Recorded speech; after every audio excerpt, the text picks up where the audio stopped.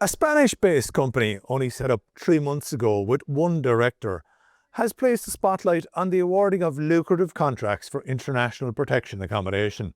A multi-million euro contract has been signed to provide refuge for 277 international protection applicants at the historic Dundrum House Hotel in County Tipperary. But locals are pointing out that the new company awarded the contract by the Department of Integration, called Utmasta, is registered to a woman based on the island of Mallorca with no other details, and the company was only set up 3 months ago. The Department of Integration has circulated a briefing to local politicians about the contract, in which it poses the question: who are the owners and who are operating the on-site?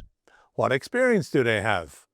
But the Department of Integration fails to answer its own questions. The department says it carries out due diligence on accommodation being contracted, including checks to ensure compliance with the company's registration office requirements and a valid tax clearance certificate. Offers accommodation can be made by a property owner or another person who has authority to do so, such as a leaseholder.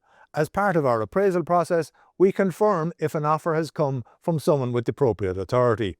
In all instances where the department enters into a contract with an accommodation provider, the onus is on the provider to ensure all activities are within legal limits, the department says.